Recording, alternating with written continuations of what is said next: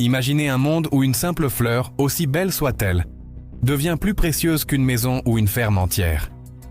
C'est l'histoire incroyable mais vraie de la tulipomanie, la folie des tulipes qui a secoué les Pays-Bas. Un épisode économique fascinant qui, encore aujourd'hui, nous enseigne beaucoup sur les dangers de la spéculation et l'irrationalité des marchés.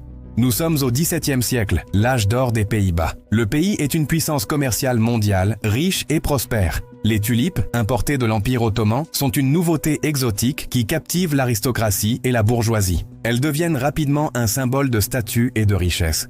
Plus la tulipe est rare et unique, notamment celles avec des motifs flammés causés par un virus, plus elle est désirée et plus son prix s'envole. Au début, l'achat et la vente de tulipes sont l'affaire des horticulteurs et des riches collectionneurs. Mais la demande explose et les prix commencent à grimper de façon vertigineuse. Petit à petit, l'engouement gagne toutes les couches de la société.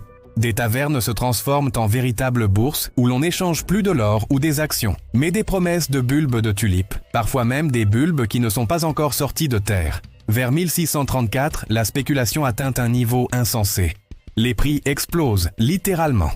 Des gens se mettent à vendre leurs terres, leurs maisons, toutes leurs économies pour acheter des bulbes. Certains bulbes rares, comme le fameux Semper Augustus ou le Viceroy, se négocient pour l'équivalent de plusieurs fortunes. On parle de sommes comparables au prix d'un domaine luxueux ou d'une douzaine de cochons bien gras pour un seul bulbe. Ce qui est fascinant, c'est que la plupart des transactions ne concernent même plus les bulbes eux-mêmes. On achète et on vend des contrats à terme, des promesses de livraison future. C'est une bulle spéculative pure, alimentée par la conviction que les prix ne peuvent que monter, indéfiniment.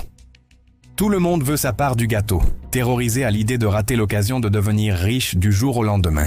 Pour suivre cette frénésie, les gens s'endettent lourdement, empruntant à tour de bras pour acheter toujours plus. L'économie réelle commence à en pâtir, car l'argent n'est plus investi dans la production ou le commerce traditionnel, mais dans cette folie florale. Les signes avant-coureurs sont là, mais dans l'euphorie générale, personne ne veut les voir. La cupidité aveugle tout le monde.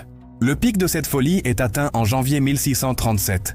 Et puis, début février, sans raison apparente, la confiance commence à s'effriter. Peut-être qu'un grand vendeur a décidé de sécuriser ses bénéfices, ou qu'une simple offre de bulbes n'a pas trouvé preneur à un prix exorbitant. Peu importe la cause exacte, le château de cartes s'effondre. Le marché s'inverse brutalement. C'est la panique générale. Ceux qui avaient emprunté des fortunes pour acheter à des prix stratosphériques se retrouvent avec des bulbes qui ne valent plus rien. En quelques jours, les prix s'effondrent de plus de 95%. Ceux qui se croyaient millionnaires se retrouvent ruinés, endettés jusqu'au cou. Les banques et les prêteurs, pris dans la tourmente, sont également touchés de plein fouet. La tulipomanie a eu des conséquences économiques et sociales dramatiques pour des milliers de Néerlandais. Même si elle n'a pas détruit l'économie du pays à long terme, elle a laissé d'innombrables personnes démunies et a marqué les esprits comme un avertissement puissant contre la cupidité et l'excès. Cette histoire, vieille de près de 400 ans, résonne étrangement aujourd'hui, n'est-ce pas ?